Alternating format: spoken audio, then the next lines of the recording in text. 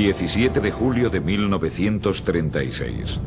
El ejército español se subleva en África para acabar con la República. Es el primer episodio de una larga y sangrienta guerra civil. Los rebeldes cuentan con el apoyo de la Iglesia Católica y de la derecha. El general Mola emprende la toma de Navarra gracias sobre todo a la acción de los requetés carlistas, que se sumaron a la sublevación a raíz de la toma de la plaza del Castillo en Pamplona.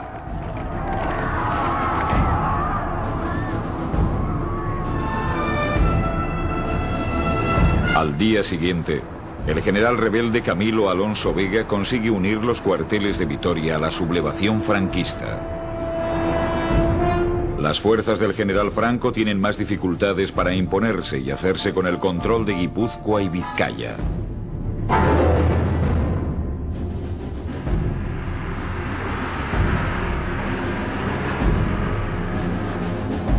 Los sublevados llegaron a Guipúzcoa a través de Irún, donde se produce una de las batallas más sangrientas de la guerra civil. En la capital guipuzcoana la sublevación se produce el 21 de julio, tras el alzamiento del coronel Vallespín.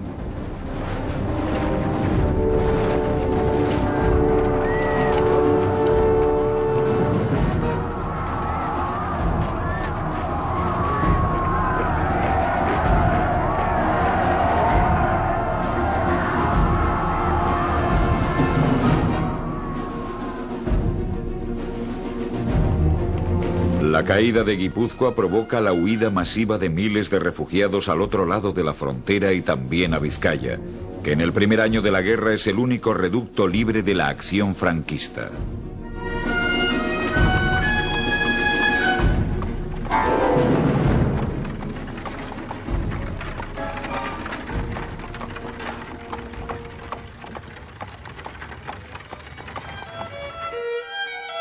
En la capital vizcaína se respira un ambiente de bastante tranquilidad. Vizcaya se mantiene fiel a la legalidad y su territorio fue solar de la autonomía, lo que algunos llamaron el oasis vasco.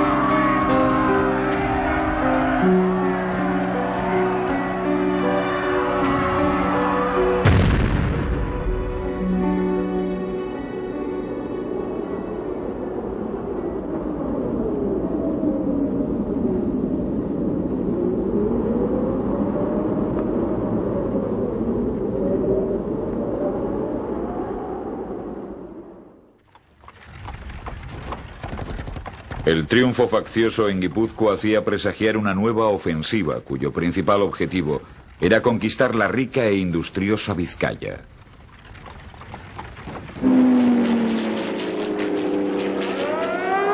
Los bombardeos sobre Bilbao los días 25 y 26 de septiembre eran la antesala del gran ataque.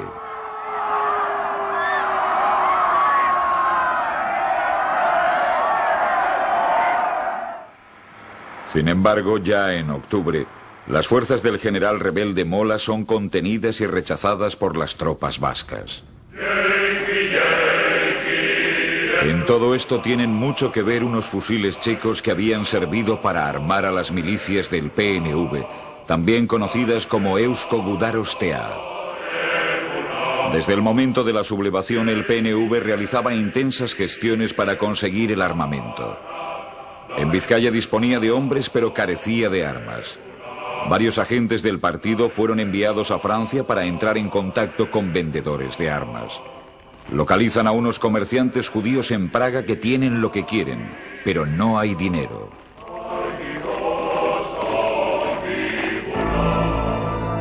El Partido Nacionalista Vasco tenía conocimiento, por casualidad, de que poco antes de la sublevación había llegado al Banco de España en Bilbao un cargamento de oro. Eliodoro de la Torre, consejero de Hacienda de la Junta de Defensa de Vizcaya, realiza las gestiones para conseguir el oro. Llega el día señalado. Un grupo de mendigoizales proceden a requisar el oro.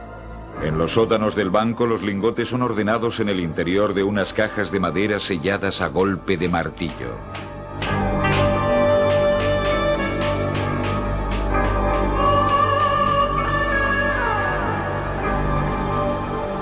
El destino de estas cajas conteniendo el oro del Banco de España era conocido tan solo por un puñado de hombres. Al frente de la operación secreta se encontraban Eliodoro de la Torre, Telesforo Monzón y Antón Irala. El vehículo sale de Bilbao en dirección al frente. El destino de los lingotes de oro se encuentra a tan solo unos centenares de metros de la línea de fuego.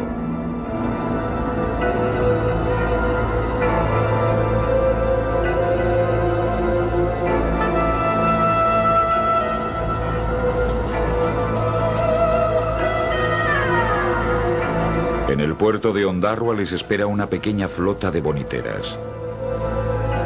El cargamento se reparte en 5 embarcaciones bajo el mando de los responsables máximos de la operación.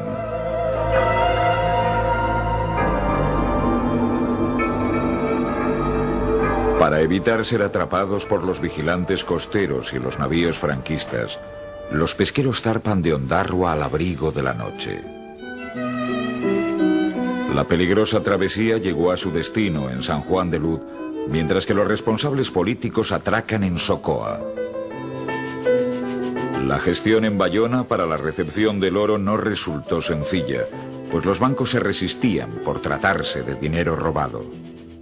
Tras unas duras negociaciones, el banco francés Crédit Lyonnais, dirigido por Mesías Róspide, aceptó recoger el oro y normalizar la situación.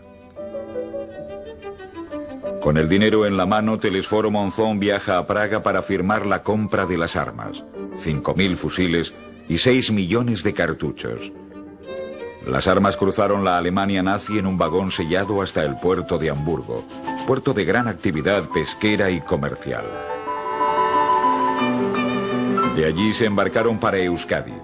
A mitad de travesía se realizó un transbordo en alta mar y el legendario contrabandista Lezo de Urreztieta se hace cargo de la mercancía que conduce hasta el puerto de Bilbao.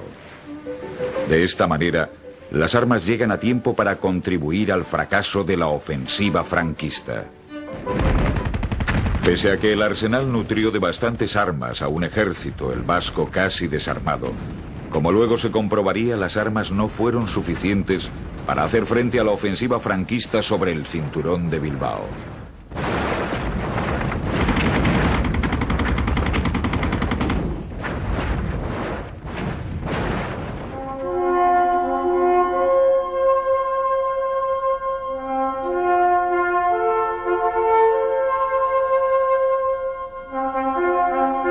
El frente quedó estabilizado en las localidades de Marquina y Durango, en la zona limítrofe entre Vizcaya y Guipúzcoa. Los combates más encarnizados se libraron entre los altos de Calamúa y el Inchorta, montes cercanos a Eibar. El día 4 de septiembre, el socialista Francisco Largo Caballero era nombrado jefe del gobierno republicano. A la vista de lo ocurrido en Guipúzcoa, sabía que la concesión de la autonomía era la llave para que el nacionalismo echara todo el peso de su fuerza en apoyo de la República. Por su parte, el PNV comprendía que sus aspiraciones solo podían cumplirse en el marco republicano. Ramón Rubial era en 1936 uno de los más cualificados dirigentes de las Juventudes Socialistas de Vizcaya. Pues la aprobación del estatuto se hizo en plena guerra. Y los socialistas no tuvimos en absoluto ningún inconveniente en aprobarlo, porque además el presidente de la Comisión de Estatutos fue Indalecio Prieto y fue el que lo impulsó. De manera que nosotros con gran agrado dimos el asentimiento al estatuto y fuimos naturalmente a la programación de la presidencia de José Antonio de Aguirre Leco. El 9 de septiembre, una delegación del PNV encabezada por José Antonio Aguirre y Juan Ajuriaguerra se traslada a Madrid para negociar con Largo Caballero. El Frente Popular exige al PNV la entrada en el gobierno central. Los nacionalistas exigen como contrapartida la concesión del Estatuto de Autonomía. El acuerdo fue rápido. El 25 de septiembre, Manuel Irujo se incorporaba al gobierno como ministro sin cartera, con la oposición de algunos sectores del partido, que no ven con buenos ojos la incorporación de Irujo a un gobierno español.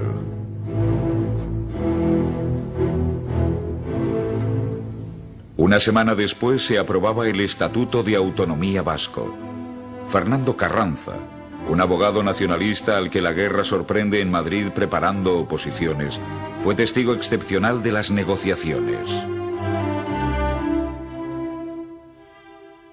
Entonces yo no sé si por una organización propia del PNV, pero estaba encargado de las gestiones de la minoría un amigo mío, Jesús Lombana, a la vez, y ese fue el que nos encargaba a varios de los que estamos estudiando en Madrid, preparando más bien para oposiciones, ciertos trabajos técnicos, más que nada referentes a las enmiendas que se iban surgiendo del estatuto en relación a si estaban o no estaban de acuerdo con la Constitución, o sea, de ese tipo de trabajo, dijéramos, técnico de derecho de lo que hacíamos nosotros.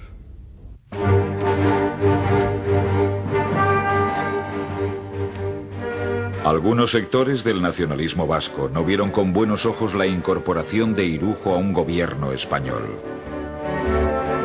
Las críticas más duras proceden de algunos compañeros de primera hora del fundador del PNV, entre ellos su hermano, Luis de Arana Goiri. Lo cierto es que el nacionalismo ofreció al esfuerzo bélico tantos combatientes como el resto de las organizaciones republicanas vascas juntas, y más muertos que ninguna otra.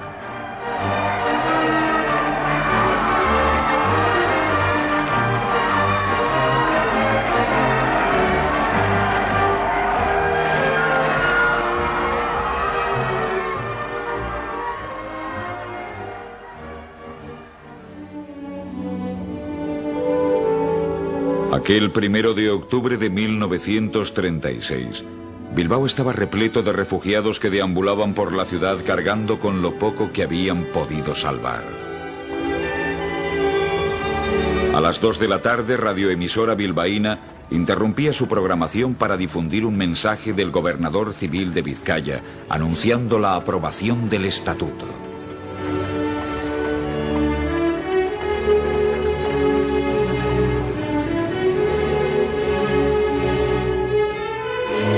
En los días que siguen, las fuerzas políticas se preparan para formar un gobierno vasco que tendrá carácter provisional, hasta que en 1979 Jesús María Leizaola regresa a Bilbao.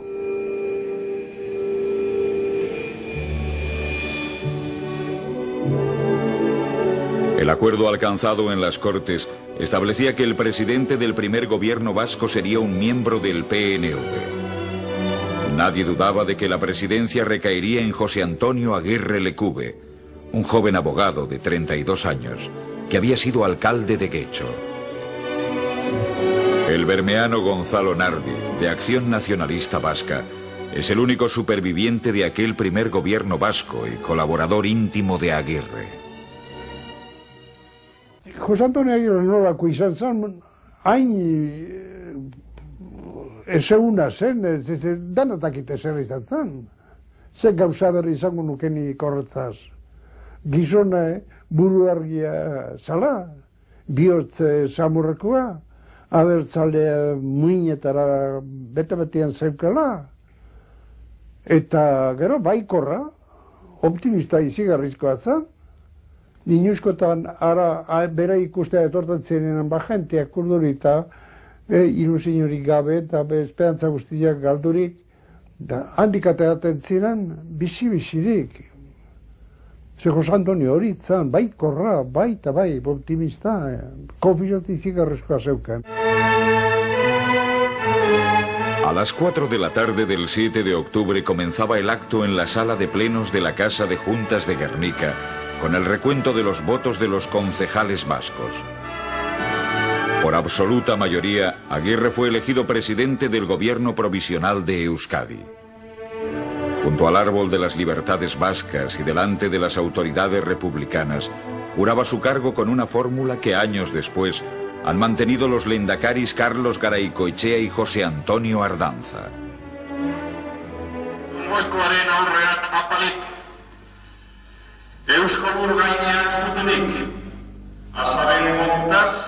Gernikako zuhaizpean, herri ordezkarien aintzinean, nere agindua ondo betetzea zindagit.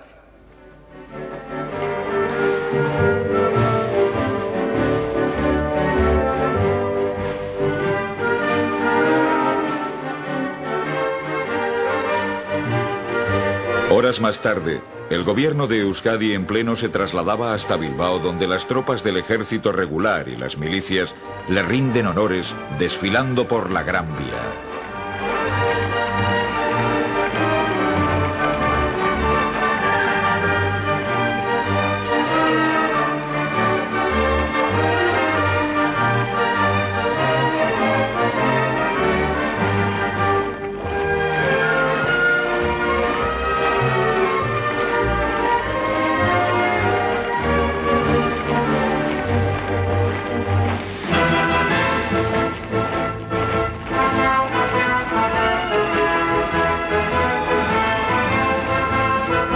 Aquel primer ejecutivo vasco tenía carácter de concentración.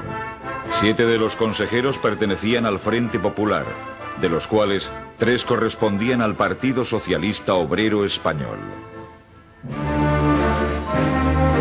Juan Gracia se ocupaba de la asistencia social, un departamento importante debido al alto número de refugiados que debían ser atendidos.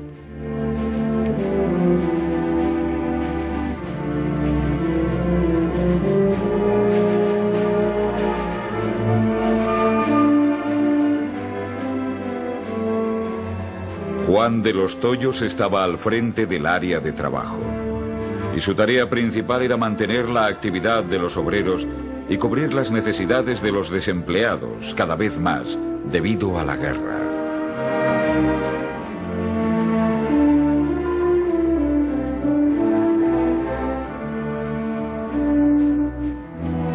El tercer consejero socialista era Santiago Aznar, titular de Industria y Navegación. Se ocupaba de las flotas pesqueras y mercantes, de capital importancia en la economía vasca.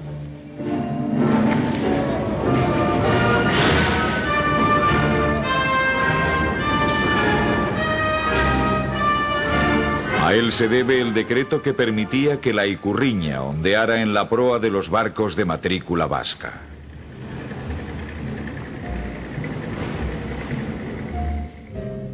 Los republicanos se habían hecho con 2 carteras. Ramón Aldasoro encabezaba la de comercio y su cometido se centraba principalmente en mantener los abastecimientos.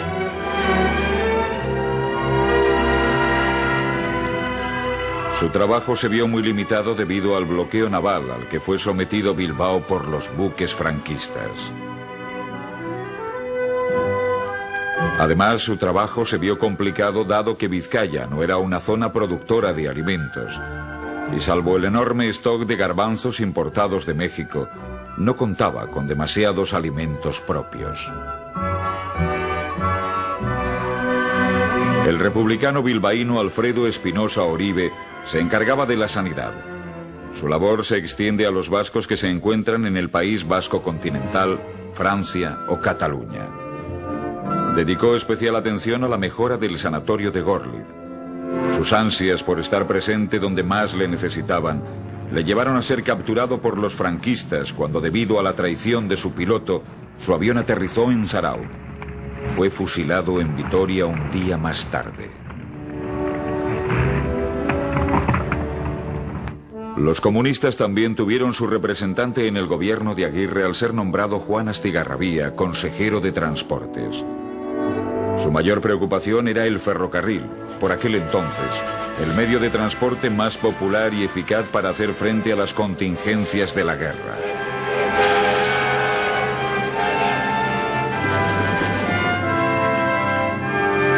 Gonzalo Nardiz, de Acción Nacionalista Vasca, era el consejero de Agricultura y Pesca. De él dependía algo tan vital como los suministros vegetales, frutas, carne, leche y pescado.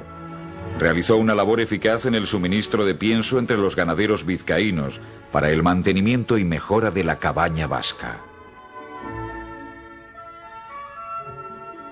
Agrikulturan orduan arazorik handiena zan nia baserritarrei laguntza nola ematen genion. Ze ganaduek eta etzeon jatekorik. Da areri heldu darazteko gauzak, eta gainera etzan aski, eta hori dala eta bialdo denuen zati bat ezera, Santander aldera, hango basketara.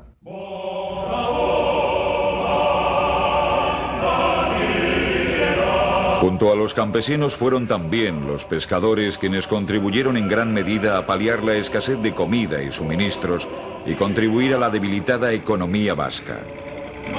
Los pescadores salían a la mar a sabiendas de que podían ser capturados o masacrados por los cañones de los cruceros franquistas.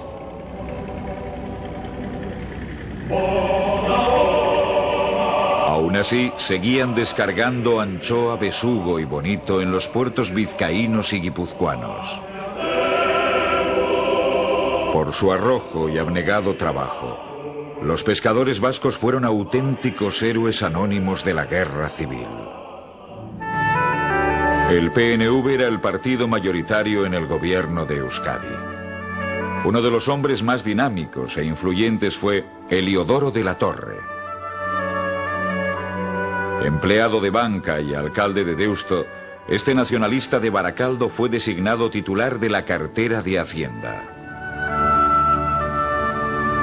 Bajo su consentimiento, el gobierno vasco intervino la industria y la banca, controlada por los industriales y financieros vinculados al movimiento franquista.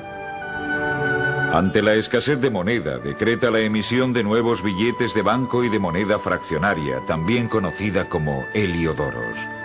La nueva peseta tenía el mismo valor que la que circulaba en el resto de España.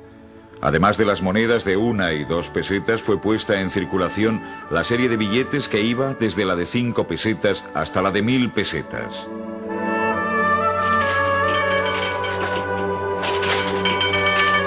En la oscuridad de los sótanos de los bancos bilbaínos, unos pocos litógrafos y grabadores expertos trabajaron horas y horas en la realización de las planchas.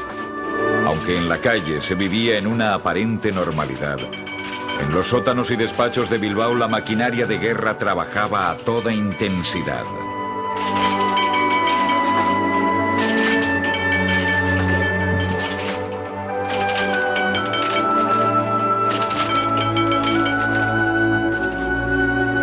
La temática de los billetes hacía referencia a motivos tradicionales vascos. Desde el pastor euskaldún con su perro o la Universidad de Oñate, hasta los remeros vascos a pie de muelle, el puente levadizo de Deusto o el baserritarra arando con la pareja de bueyes.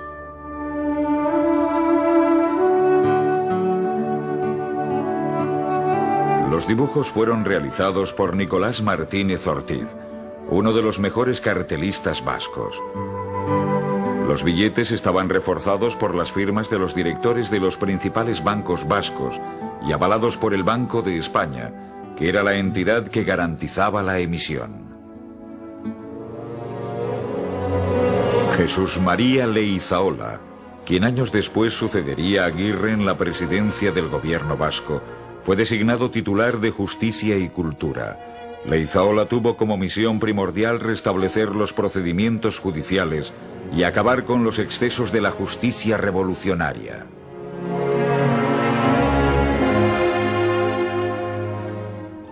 En el campo de la cultura, el nacionalista donostiarra consiguió poner en marcha un objetivo largamente perseguido: la creación de la Universidad Vasca, de la que comenzó a funcionar la Facultad de Medicina en el Hospital de Basurto. También destacó por el impulso dado a la enseñanza del euskara. Bajo su mandato al frente del área de justicia, el gobierno de Euskadi puso en práctica una política de canje de prisioneros.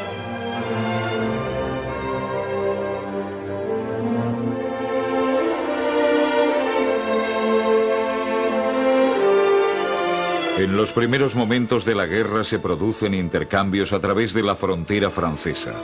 Los alemanes tenían otro tratamiento. En estas imágenes, Leizaola participa en el canje por mar de un grupo de militares alemanes que tenían prioridad para este tipo de intercambio. Los pilotos alemanes que no consiguieron ser incluidos en el canje fueron fusilados. Telesforo Monzón se ocupó de la cartera de gobernación. Debido al estado de guerra, sus competencias en materia de orden público eran muy limitadas. El que fuera alcalde de Vergara disolvió la Guardia Civil y la Guardia de Asalto por sus vinculaciones con los sublevados. La ausencia de un cuerpo que se ocupara de mantener el orden le llevó a la creación de la Ertzaintza, un cuerpo de carácter civil pero que cubrió misiones de policía militar. El origen de la Ertzaintza data de mediados de octubre de 1936, fecha en la que Luis Ortúzar puso en marcha la Policía Internacional para prestar servicio en la zona internacional de las Arenas. Las nuevas necesidades en materia de seguridad derivadas de la situación bélica impulsaron la creación de la Ertzaintza, auténtica precursora de la actual Ertzaintza.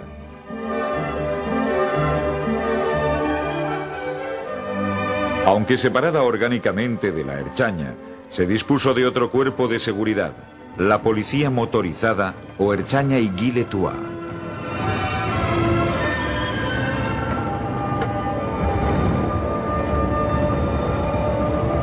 A diferencia de la Ertzaintza, actuaba en el frente de guerra como enlace.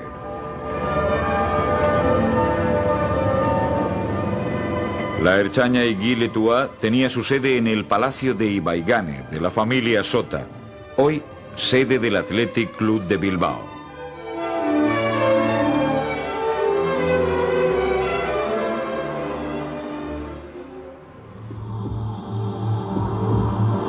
La actuación de la Ertzaintza estuvo alejada de los excesos que por aquel entonces eran comunes en ambos bandos. Entre su cometido estaba mantener el orden público, aunque no siempre pudo aplacar los impulsos de venganza.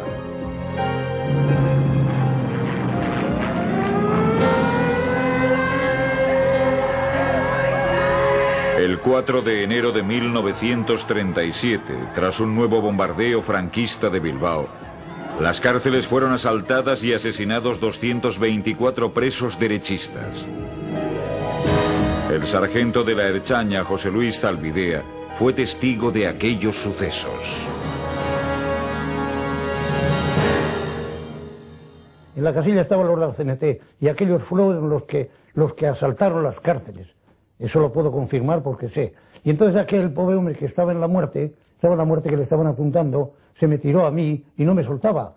Y entonces cogieron los tíos y dicen, nada, si a ese no se separa, le matáis a él también. Me cago en. Y yo entonces le cogí, le di un empujón y le tiré, y allí la fusilaron. Allí la fusilaron, delante mía. Por cierto que luego, nosotros nos reunimos en el cuartel, y en vista de que sabíamos que habían sido ellos los que habían asaltado, nos fuimos a la casilla que tenían en el cuartel allí, para coger represalias contra ellos, pero no había nadie. No había nadie porque yo no sé si habían escapado, o habían pensado que íbamos a vivir, o les habían llamado. No había nadie allí. Pero aquello fue una barbaridad lo que hicieron allí. No había derecho a la gente matarle como le estaban matando allí, sacándoles de la cárcel allí, unos llorando, otros tirando, a otros les cogieron, a otros les pegando. Eso no había derecho. Eso, el que es humano no lo consiente. Y yo por eso quería hacer un favor a aquel hombre que me pedía clemencia, y no pude hacer nada por él, que allí mismo delante de mis narices le mataron. Además de la presidencia, Aguirre era el titular de defensa. Su tarea principal fue la de unir a las milicias de los partidos y sindicatos en un solo ejército vasco. Ya para finales del 36, regulariza la militarización de las milicias creándose batallones de 750 hombres cada uno. Para entonces se contaba con 25 batallones con un total de 25.000 hombres. Este ejército improvisado contaba con dos gravísimas carencias, la aviación y la marina. Los escasos bacaladeros artillados por el gobierno de Euskadi no pueden competir con la escuadra franquista.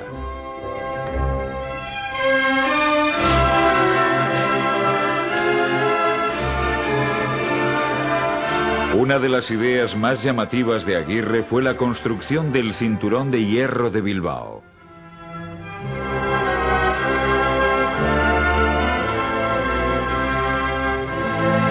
Miles de mujeres y hombres vascos trabajaron en la construcción de este anillo de murallas y fortificaciones que rodeaba la capital vizcaína en un radio de 15 kilómetros.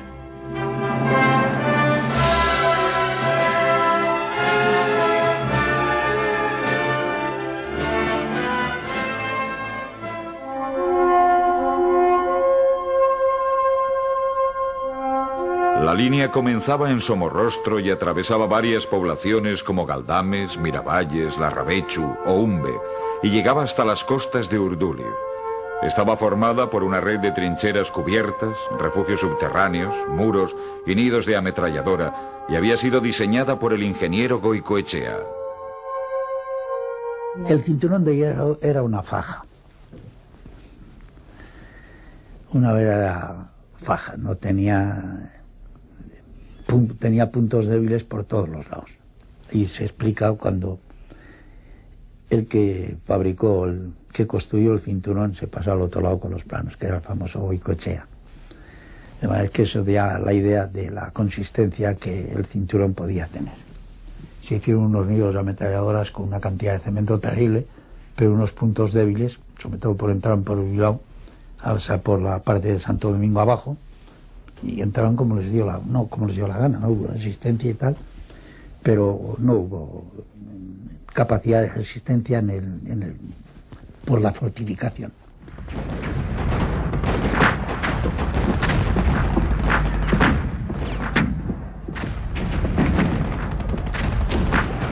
En los meses de octubre y noviembre de 1936, en un momento en que las tropas franquistas estaban concentradas en el ataque a Madrid y en la defensa de Oviedo, el mando republicano concibe un plan de ofensiva militar con un objetivo estratégico que involucra también al Ejército del Norte. Aguirre ordenaba al naciente ejército vasco participar en esta ofensiva, cuyo objetivo final era avanzar sobre Vitoria para finalmente tomar Miranda de Ebro, aliviando de esta forma la presión franquista sobre Madrid.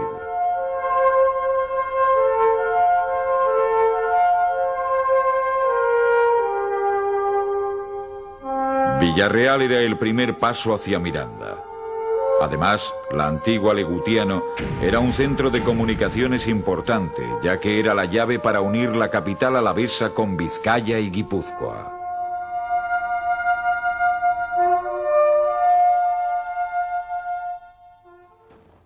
El ataque diseñado por el capitán Ciutat, miembro del Partido Comunista y jefe de operaciones del Ejército Norte, comenzó el 30 de noviembre de 1936.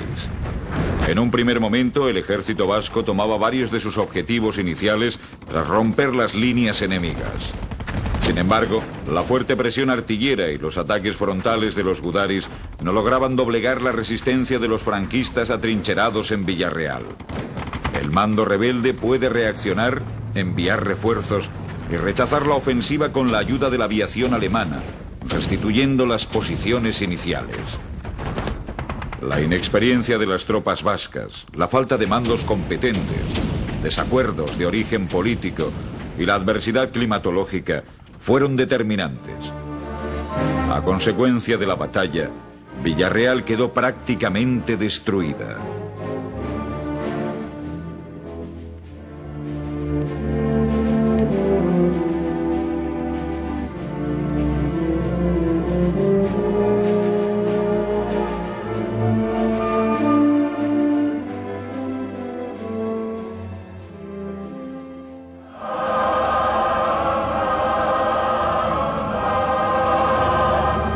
La Iglesia Católica apoya sin reservas la sublevación militar. Los obispos de Pamplona y Vitoria, monseñores Olaechea y Mújica, firmaban una pastoral conjunta en la que apoyaban el levantamiento militar como vía de defensa de la religión, al tiempo que apelaban a la unidad de todos los vascos contra el comunismo.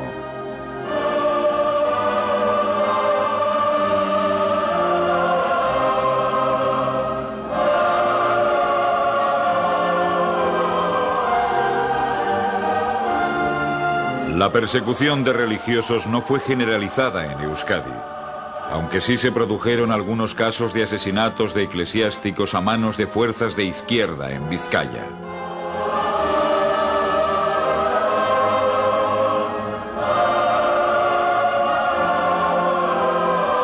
El alineamiento del PNV y de no pocos sacerdotes católicos con la legalidad republicana levantó las iras de los rebeldes. Los nacionalistas se emplearon a fondo para evitar la matanza de religiosos, no solo en Euskadi, sino también en Madrid y Cataluña. El gobierno de Euskadi, presidido por un católico practicante, garantizaba la libertad de culto. Una muestra de esto fue el entierro del padre Corta, jefe del cuerpo de capellanes de Euskadi, que falleció en el frente de Asturias. Tras la misa se celebró en su memoria una manifestación religiosa como nunca se había visto antes en Bilbao, y que los cronistas de la época lo contaron así. En los frentes de batalla del País Vasco y de Asturias, en las líneas de fuego, prodigando sus consuelos espirituales a los heridos, sin otra arma que la cruz, halló la muerte un humilde sacerdote vasco. En su espíritu se armonizó el amor a su tierra juntamente con las obligaciones de su sagrado ministerio.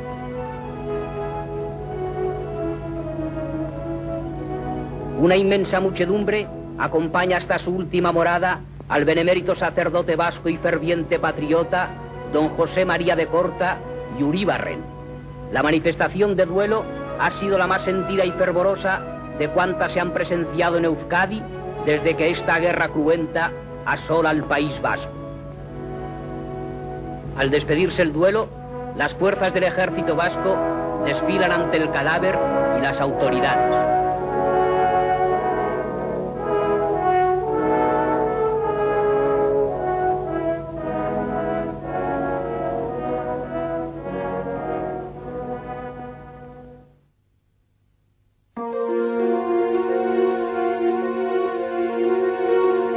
Mientras tanto, los franquistas fusilaron a 16 sacerdotes vascos, encarcelando y deportando a centenares. El obispo de Vitoria, Mateo Mújica, de simpatías monárquicas, protesta por estas muertes y más tarde tuvo que exiliarse. En la España de Franco, las celebraciones religiosas cobran un significado especial y son el preludio de lo que más tarde iba a ser llamado el nacionalcatolicismo. El fervor religioso también era compartido en Euskadi, y una muestra de ello son estas imágenes de la Semana Santa bilbaína en 1937.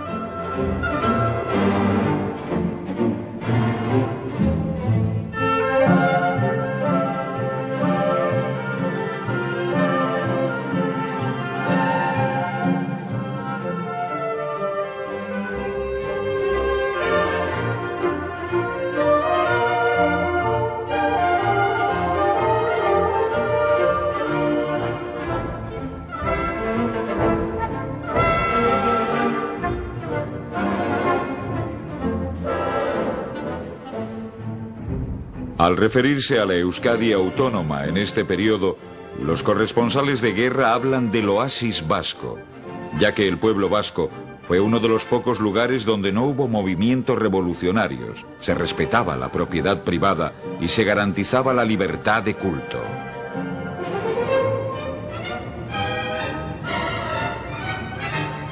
Las numerosas salas de cine de Bilbao funcionaban a pleno rendimiento, pues el celuloide era uno de los mejores remedios para combatir el picor de los estómagos faltos de alimento.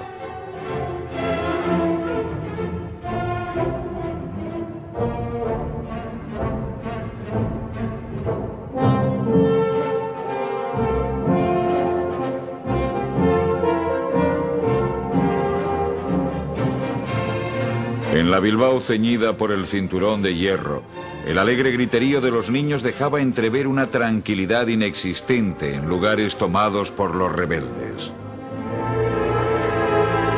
Los frontones y probaderos programaban espectáculos con frecuencia.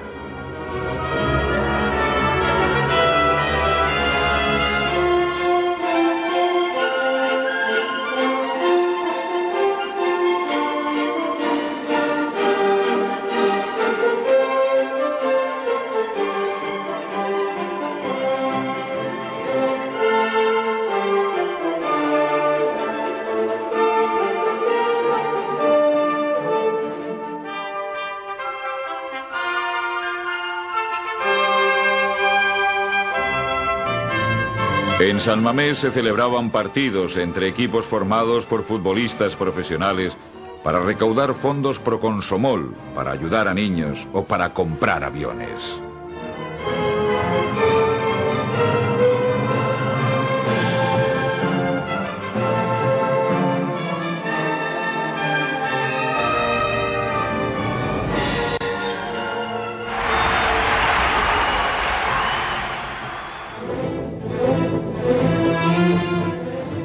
El bloqueo de la Armada franquista y los buques alemanes a los puertos vascos y especialmente al de Bilbao impedía la entrada de barcos y en consecuencia de alimentos y suministros necesarios.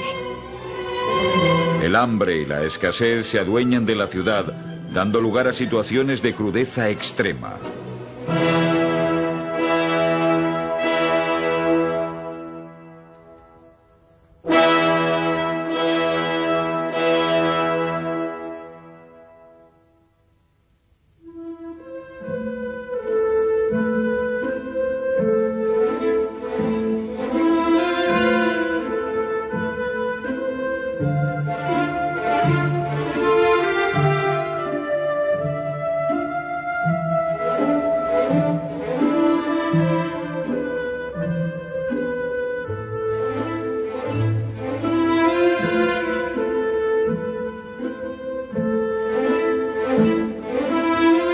Tan solo unos pocos barcos franceses y británicos logran romper el cerco y abastecer de comida a la población.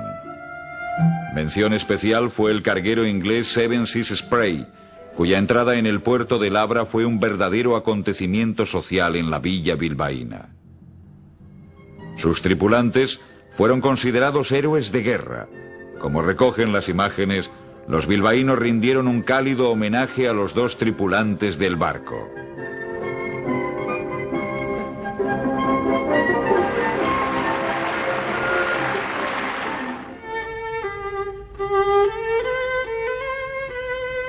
El gobierno vasco había creado una modesta fuerza naval denominada Marina Auxiliar de Euskadi. Sus principales unidades son bacaladeros y arrastreros del puerto de pasajes que, tras ser artillados, son dedicados a la protección de mercantes y pesqueros.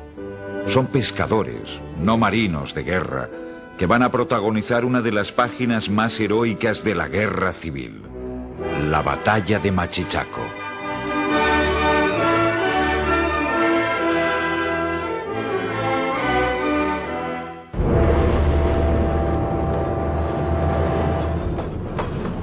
La historia de la batalla de Machichaco comienza aquí, en Bayona.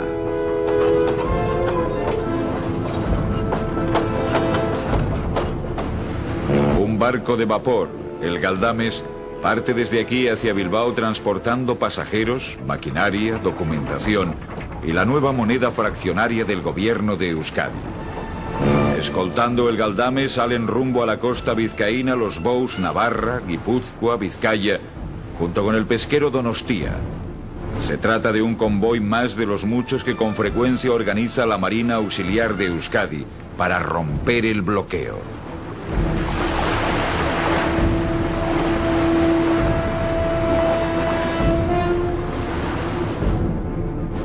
En el litoral vizcaíno todo estaba tranquilo. Incluso la mar parecía estar de su lado, y el convoy del gobierno vasco navegaba sin novedades. Al caer la noche, el Guipúzcoa y el Vizcaya pierden contacto con el resto del convoy, mientras los otros siguen escoltando al Galdames.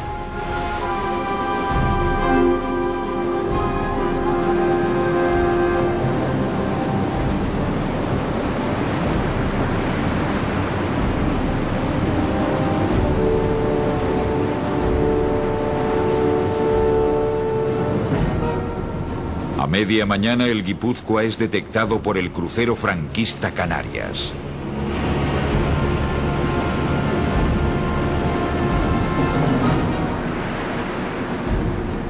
La situación previa al combate fue así. Mar adentro se encontraban el Galdames junto con el Navarra y el Donosti. En la costa, a la altura del cabo Machichaco, el Vizcaya y el Guipúzcoa navegan desorientados. Mientras tanto, el temible Canarias, que previamente había detenido al buque de bandera estoniana Jorbrook con armas para el gobierno de Euskadi, se encuentra muy cerca de ellos. Andrés Salegui, tripulante del Donostia, es uno de los supervivientes de aquella batalla. 60 años después relata desde el mismo Machichaco lo sucedido en aquel trágico episodio de la guerra civil en Euskadi. Kanarias lehenengo hasi zen Gipuzkoa eta Bizkaiarekin. Handik ordu bete inguru etorri zen Navarra da gureina. Galdamezek momentuatan altzeban berane bandera zurile. Da momentuatan Gipuzkoa eta Bizkaiak arekek erreman Letoniako barku bet armakin kendutzien, gu ez da bizen bitxartien zain edot hori, bermero eroben.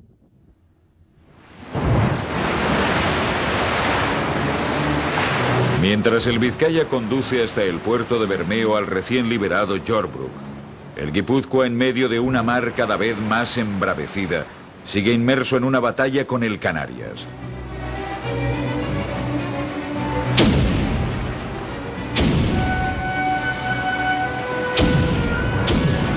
Finalmente es alcanzado por los cañones del crucero franquista.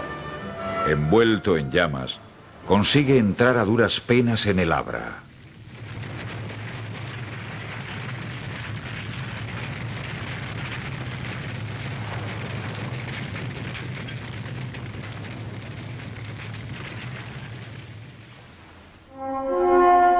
Pero ¿cómo unos pequeños barcos bacaladeros pudieron hacer frente hasta la muerte al gigantesco monstruo llamado Canarias? Artillados con tan solo 2 cañones, uno en proa y otro en popa, y 2 ametralladoras en el puente de mando, eran tripulados por unos simples pescadores, convertidos en gudaris. Su arrojo y valentía marcó una de las batallas más épicas de la guerra civil. Derrotado el Guipúzcoa, el Canarias inicia la persecución del Galdames y del resto del convoy. Antes de que puedan reaccionar, la silueta del Canarias se dibuja en el horizonte y enseguida abre fuego contra él. Luego, hace lo propio contra el Donostia y el Navarra, concentrando su fuego en este último.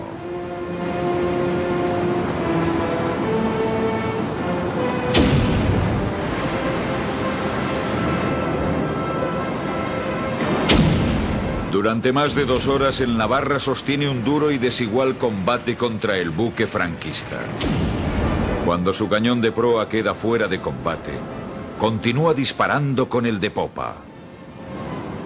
Canarias gero hasi zen Navarra eta Donostiarekin hasi zen. Galdames gelditu zen. Handik orduan ingurureko, ondora botaban Navarra.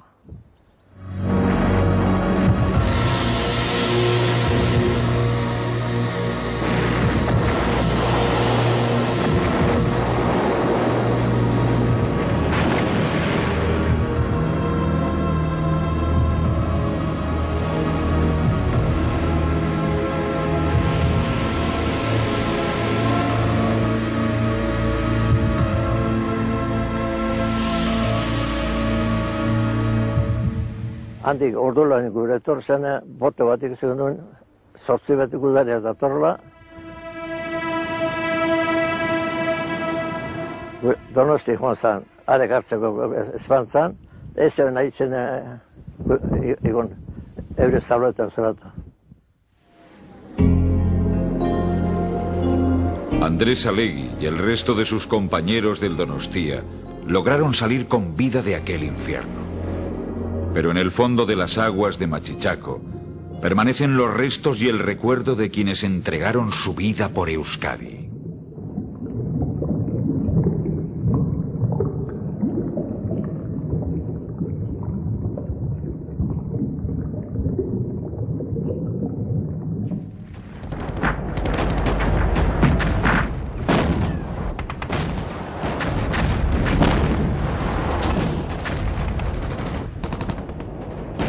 El fracaso de la ofensiva sobre Villarreal supuso el empeoramiento de las relaciones entre Aguirre y el ejército republicano.